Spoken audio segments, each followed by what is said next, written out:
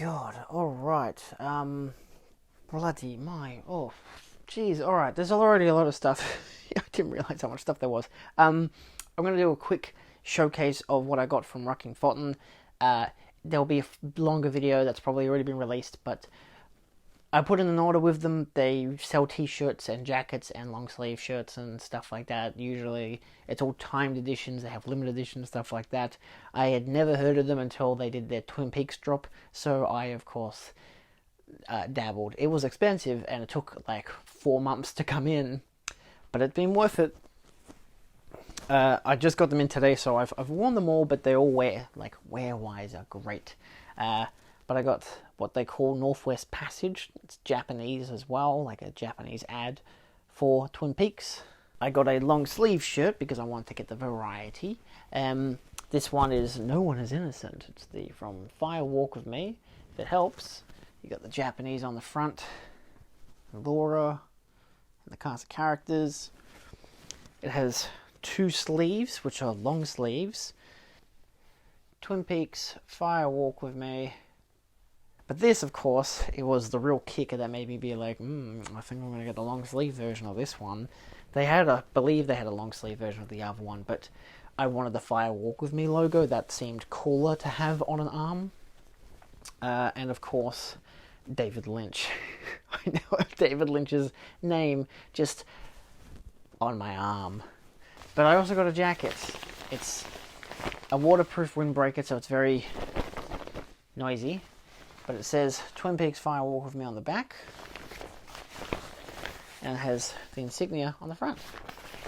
So yeah, it's nice, it's collared, it's waterproof, so I can wear it during the rainy season. Let's talk about the movies now. If you want more detail about those, go check out the video. I'll leave the second sight limited edition releases till last, but for the most part, this is actually all but 2 are Disney.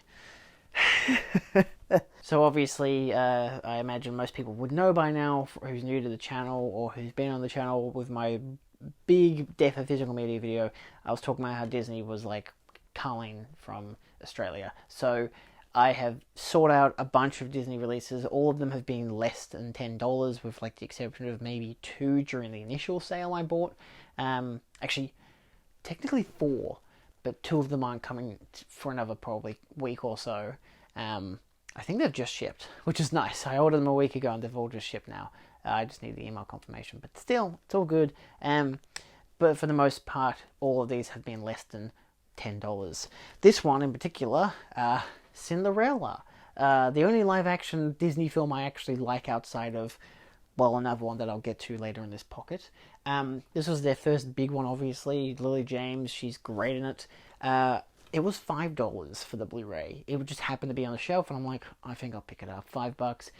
It does come with a small selection of special features, including A Fairy Tale Comes to Life, Costumes Test Fun, wow, that's a great selection of words, Staging the Ball, Alternative Opening, Ella's Childhood, and Ella's Fairy Friends.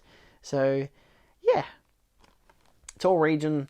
Figured I'd get it because, again, my dad has goddamn Beauty and the Beast. I might as well get the one that I like.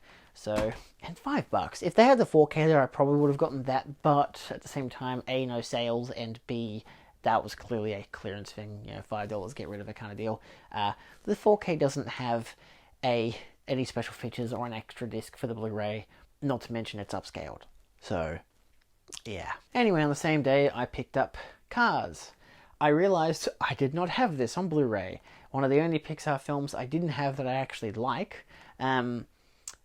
One of the few left that I like that I didn't have. I think that's how I should have phrased it, because it made it seem like I don't like any Pixar films. I like a lot of Pixar films. I don't have all of their films because I don't care to buy all of their films, because I haven't really cared since for a couple of years now. But anyway, I like Turning Red. That was about it. I got Cars. I don't like the fucking big ass G sticker. But yeah, again, single disc with a few selection of special features. Just a bunch of crap, basically. Not really much of interest, to be honest. But at the same time, I grew up with this film. It was one of the last ones I watched as a kid before we stopped watching like Disney films, or at least Pixar films. I don't even know when this came out. I feel like it came out in like 2009.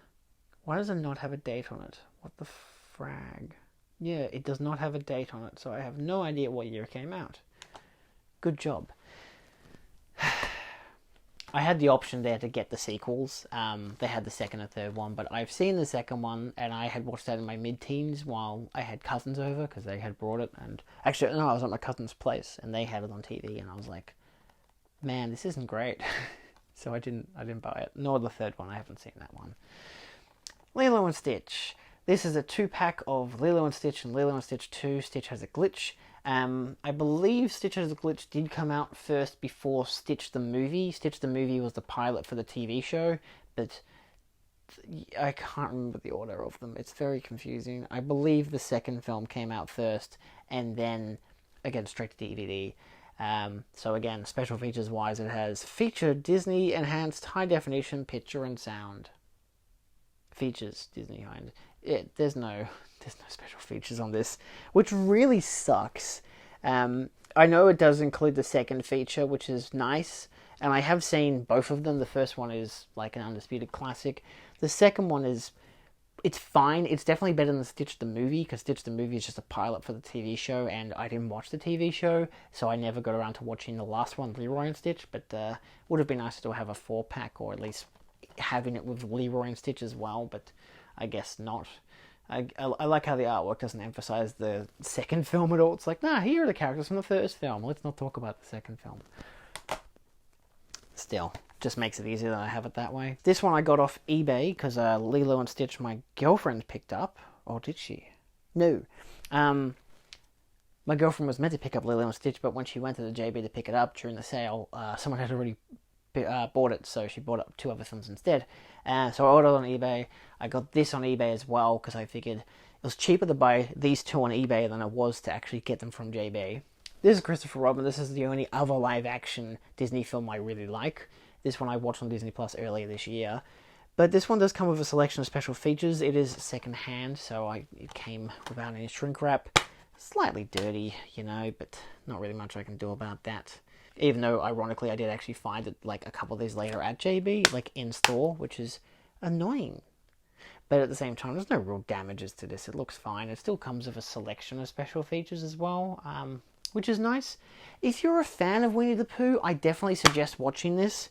It's one of those things of, this is a direct sequel to the original Many Adventures of Winnie the Pooh, and I love that film. Like, I loved that film when it first came out. Well, not when it first came out. I loved that film as a kid. I grew up with The Many Adventures of Winnie the Pooh. Grew up with the book. I grew up with the movie. I've since put in an order for the movie from Cinemaniac, so I'll be picking that up in a few weeks' time. But Christopher Robin is a direct sequel, and I watched that and was like thinking, God, there's so much stuff with this Winnie the Pooh that I forgot even happened, because it's talking about it, whatever, it having some flashbacks, all this stuff. And then I watched it immediately after on Disney Plus and realized, oh my God, this is like true nostalgia for me. Yeah.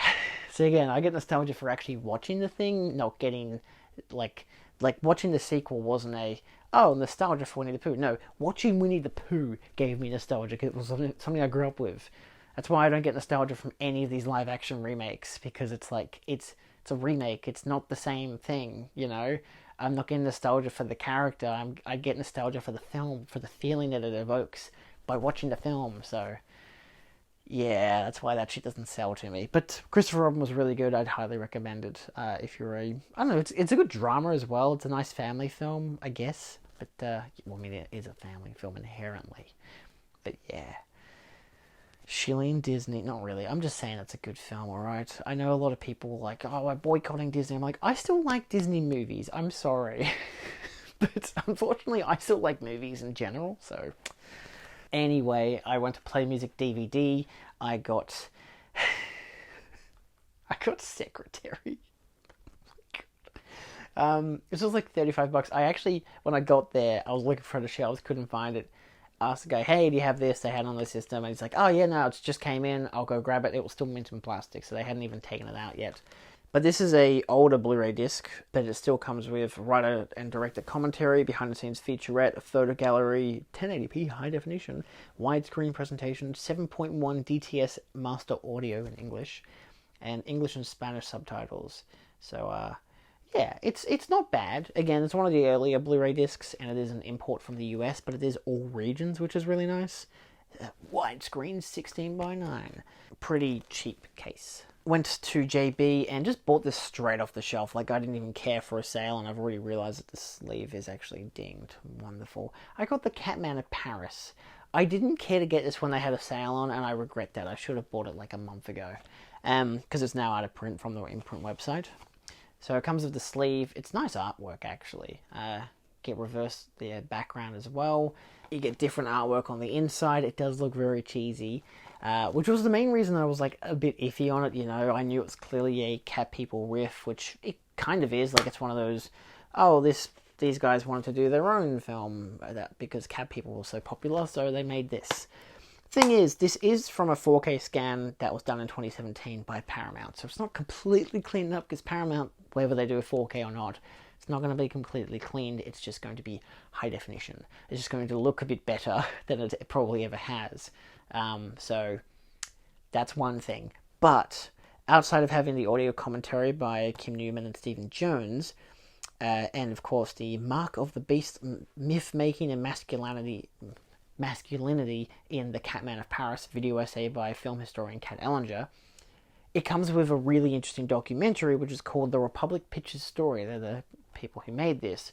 Feature-length documentary about the pioneering studio featuring hundreds of clips and on-camera interviews from 1991. It's a 2-hour documentary. So for $30, I'm basically spending $10 on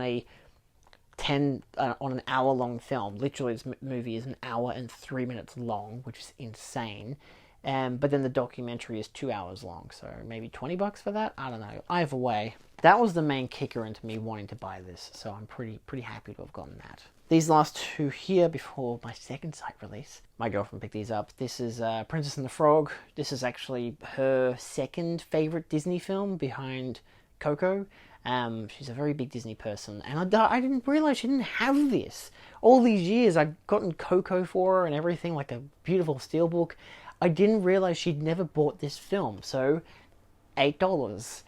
Great time to get it. I've actually ordered the 4K as well, but that was in a budget, get one free, and it was only $3 extra to get it. Like, it made Treasure Planet free, so yeah, I figured I'd get that. That'll come in a week or so. But apparently it's a good upgrade. Still no Blu-ray or special features on it, so of course this still has special features, including audio commentary, deleted scenes, it has a music video by Neo, bringing animation to life, magic in the bio, the making of a princess, return to hand-drawn animation, because it's the last hand-drawn animated film they did, Conjuring the Villain, the Disney Legacy, Disney's New Princess, What Do You See, Princess Portraits. So, yeah, it's actually a really good film. I would highly recommend watching it if you haven't. I don't like all the quotes and all this bullshit. Look, from the director of The Little Mermaid and Aladdin, good for you. The best Disney movie since The Lion King. I don't like when they do those kind of pull quotes. They're stupid. Anyway, I guess it's better artwork than the 4K, which I'll show in a week or two. And the last Disney is actually live action. It's Enchanted. I like this film. It's cute. You know, I watched it as a kid. I liked it. Helene and I had watched it on Disney Plus about a year ago or whatever, and I was like, yeah, it's still fun, you know. Special feature-wise, it has exclusives to Disney Blu-ray, the D-Files. Discover all the hidden references to classic Disney films in this fun and rewarding challenge. Deleted scenes and bloopers. So not much in terms of, you know, bonus features, but, I don't know, it's still got stuff. Better than nothing, of course, so let's move on. So I've got 2 second site releases. I got May and Tangerine. My friend Lachlan actually ordered these, and I met up with him to see Barbie, and he obviously brought these so I could have them, because I did pay for them. He bought a copy of May. I wanted Tangerine as well, because I like Sean Baker's work, and it was limited edition, so I figured, hey, it's still available, why not take a look? So, like most second sites, hard case, postcard images, and yeah, very nice. I like the artwork, it's very simple. I've never seen it before. I've seen like all of his other films, so it's very much of curiosity to see this. Not much in terms of casing for the Blu-ray. It's literally the exact same stuff. Actually, there is a J card, which is I've put on the inside here, which was just stuck on with some stickers. It does stipulate audio commentary with Cherries Howard, and Rohan Spong. Merry Effing Christmas, The Making of Tangerine. Is this a Christmas movie? Anyway, Staying Authentic, a new interview with director Sean Baker. Honest and Hilarious, a new interview with actor Mia Taylor. Legit Bruises, an interview with actor Mickey O'Hannigan. Magic Happens, so just more interviews. Another interview with a cinematographer, other actors. Interview with the writer. Interview with with producer, interview with another producer, interview with Kat Ellinger on cinema with Sean Baker, and Tangerine camera test. Because of course it was shot on a iPhone, so I believe that's like what made him really big. Outside of like that was like I think maybe his directorial debut for Sean Baker. I follow him on Letterboxd. He has some insightful reviews. He watched a lot of Blu-rays like we have here, so that's always fun. But yeah, you get some images, of course, nothing on the back. But yeah, this is the regular jam, just postcard stuff. I know some people don't give a shit for this, but I'm like, it's still nicely detailed. Also, you get the new artwork as well. So, yeah, I think that's all of them. Anyway, it comes with a booklet as well, which is nice. Some nice artwork on it. And some essays by Shadi. Oh god, I'm not going to pronounce any of these names. Bunch of essays, cast and crew, and then you get your essays of your images. Regular jazz, nicely produced, probably a really interesting read. So yeah, I'm very interested to watch this film because again, I haven't gotten around to it before. I haven't just had the chance to. But now I have it on physical and I can watch it whenever I want. And last but not least, May. This was a very big one, so I'm very interested to see what it's actually about. The wraparound artwork as well, which is interesting. It's interesting artwork. I'm not huge on it, but it does look nice. I don't know what the film's about, so, you know, if you can't find a friend, make one, as it says on the back there. So again, this one also came with a J card, which I put into the case. Standard case, J card on the inside, same disc artwork. New audio commentary of Alexandra Helen Nicholas. I saw her the other day leaving Myth, and I was like, oh, I should have said hello. I should have walked right past her, and I was like, oh, it's Alexandra, and I was like, she's gone. I don't know. I'll see her around. I see her every couple of Cinemaniac sessions. I didn't want to bother her. It was a Friday night. I'm like, I don't know, she might be going home or hungry or something. I don't want to like disturb her. Anyway. I think too consciously about that, like walking past someone I know. Oh shit, can I say anything to them? I can, but do I have anything to talk about? Not really. Okay, I'll let them pass. Fun. Audio commentary of director Lucky McGee, cinematographer Stephen Yedlin, and editor Chris Silverton, and actors Angela Bettis, Nicole Hiltz, and Brett Roberts. Audio commentary of director Lucky McGee. Oh my god. Editor Ryan Johnson. Yeah, that's how I knew about this film, of course. Composer James Luckett, formerly credited as J. Barnes Luckett. Interesting. Production designer Leslie Keel, and craft services Guy Benji. Interesting. Toy maker, so you get interviews and a bunch of other stuff. Yeah, just a bunch of interviews. So that's cool. I like that. Of course, you get your artwork, which has two different pieces of newly designed artwork, which is really nice. This is on the booklet, you'll see in a minute. Art shot, or is it portrait shot? Portrait shot. This is a infamous one for like the main poster that I've seen of the film. Yeah, just more images of the film, and of course the eyeball. I imagine eyeballs are a big thing in this movie. But yeah, so again, big chunky booklet, nicely designed as well. Like, yeah, cool. Also, I do have a podcast coming out with Mid-Level Media coming out soon, so I'll post a video when that's coming out, and in a few weeks' time. But it was good. We talked for 2 whole hours. It's very fun, so keep your ears and eyes peeled for that. Hi. Oh, sorry about that. That was whoa. That was a bit zoomed in. Um, I'm cleaning up the shelf, hence why there's a gap there. I've actually got more to add. I had technically gotten half of this stuff in last week, and I forgot to mention it because half of it was in my room, the other half was buried under a pile of Disney films. Yeah, I know. And two of them three I got in today, so I will do those ones first. First up, the Blu-ray case is drying, because it was dirty. Piranha 3D. Yeah, I haven't seen the original Piranha yet. I have the 4K, but this is the 3D and Blu-ray combo pack. It just comes as one disc, which is nice. Nice artwork. I kind of like it. I dig it. This isn't 3 double D, so this one's still the fun one, but not the bad one, if that makes sense. So, I'll show you the disc. The classic 3D Blu-ray disc with the all regions and everything.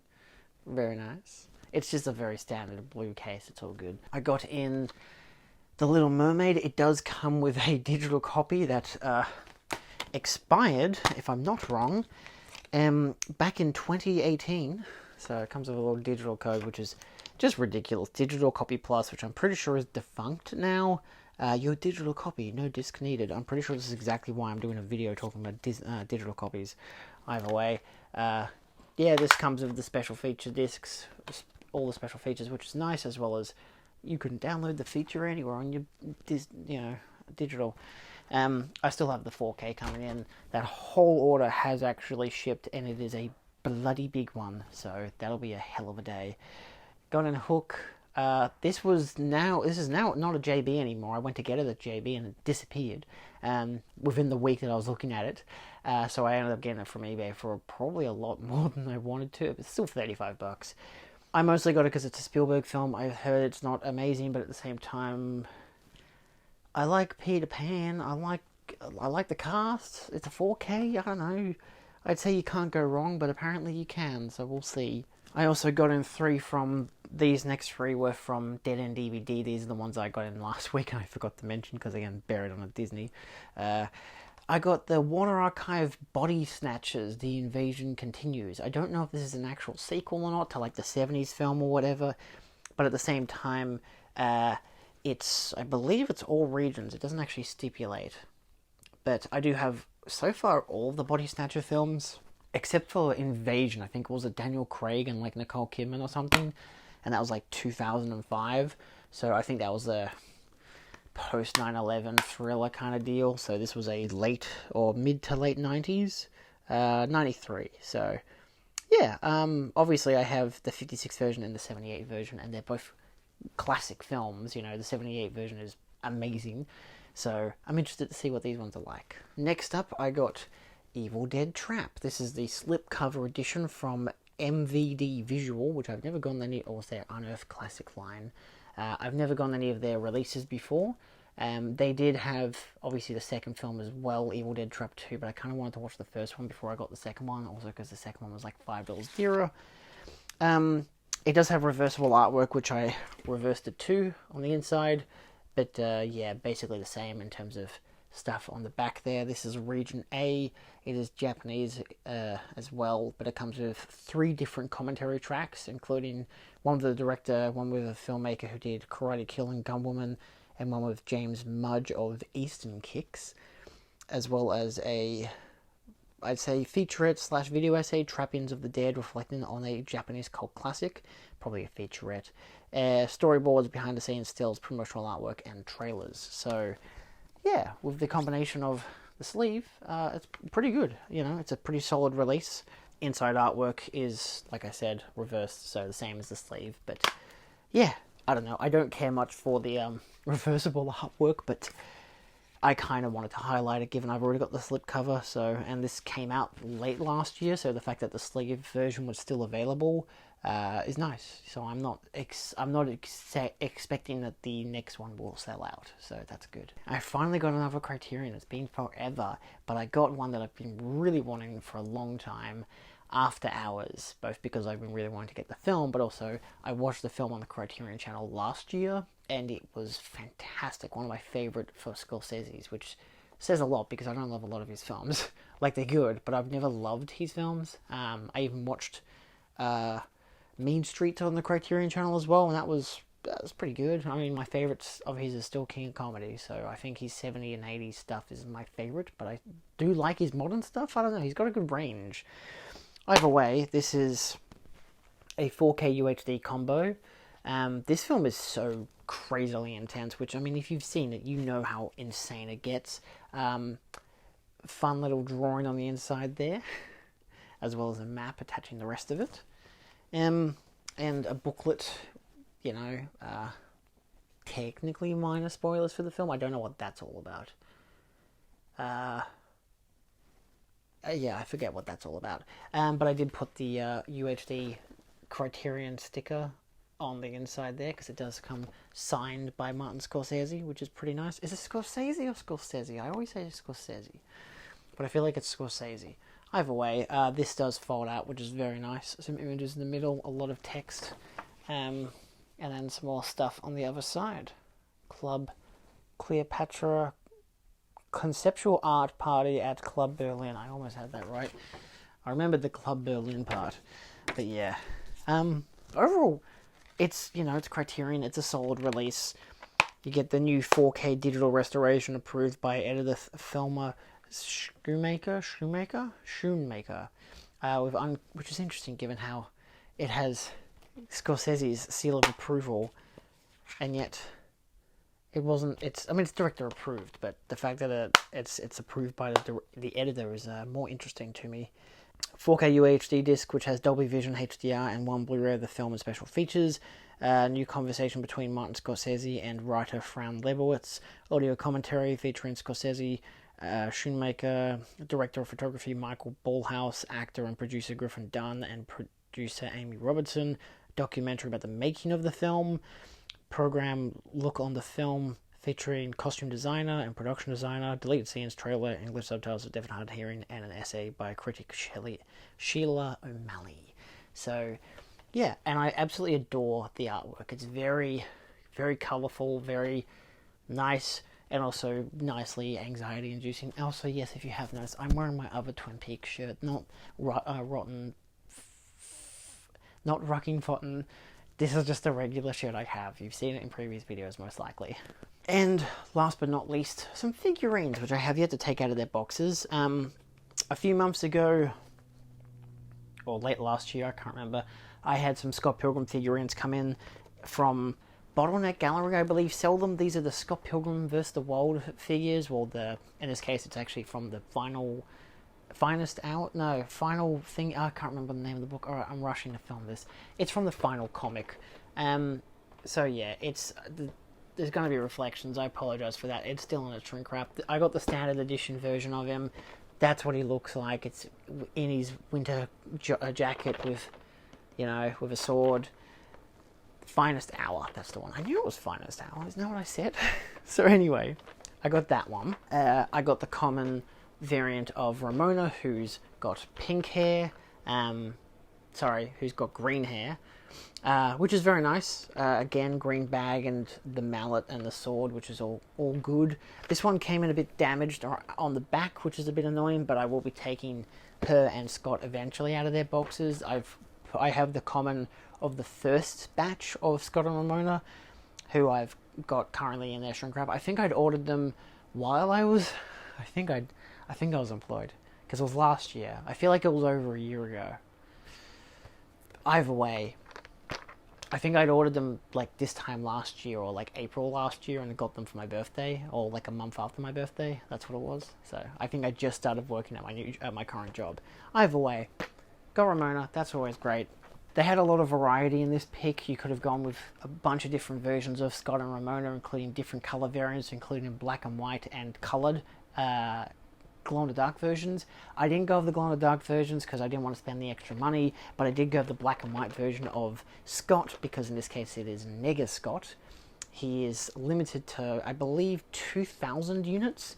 They have the occasional limited editions of 2,000, 1,500 units. In fact, the day before I got these in, I got an email at 3 a.m. because I was sleeping, because I'm in Australia, with like access to the San Diego Comic-Con exclusive, which had a Astro Boy shirt on, which is like this, like the limited edition pulp vinyl that Funko had made as well. So unfortunately, I missed out on that because it was only 500 units, and I was asleep for the 4 hours that the drop had started. So not on me, because to be fair, they didn't even announce it. It was just a surprise thing. But yeah, so this isn't a great way to show him, but he is in black and white. He's basically identical to the other version of Scott, hence why he's more of a variation. The only difference is he comes with an extra pair of hands where he flips the bird. So, yeah, and he's a bit angrier, just in general. I don't know yet if I'm going to take him out, because again, he's got shiny text and everything. Everything about it is shiny, -3 on the box, which is really cool. It's Nega Scott. It's just great. Like, I like the character of Nega Scott, so the fact that he's like this, very nice. It's actually really interesting how he's the limited edition one that has such a great box design and luckily perfect condition, whereas this other limited edition, both of which were not numbered on the boxes, so it's just a batch of 500 or 1,000 in this case, the 1,000 unit version of the purple head Ramona, because I figured if I'm going to get 2 Scotts, I might as well get 2 Ramonas. I could have gone glow-in-the-dark, but then I would have wanted the glow-in-the-dark version of, you know, Scott, or if I wanted the black and white version of Ramona, but I didn't really care for that. There's no Nega Ramona, it's just Ramona, so I figured I'll get the purple variant. Again, hard to show it through the cling wrap. I'll probably keep her mint condition, but purple is my favorite color, and this has great mixes of violet and darker purple, as well as purple on her bag, which I really appreciate. Again, no shininess on the title or anything, which is interesting, given, you know, how Nega Scott has that element. I imagine that the Nega's Ramona would have had that quality, but still, she's good. I love it. I'm happy to have them. I'm very excited to potentially open them in the future. I don't exactly have the space for them currently on the shelf, so I'll probably just keep them in their boxes for probably a long while. Eventually, I'll just open them up and be like, yeah, cool, because I got rid of almost all of my pop vinyls for Scott Pilgrim, and I like collecting these ones because they're authentic to the comic, you know. Anyway, that's all. Thanks for watching. Bye.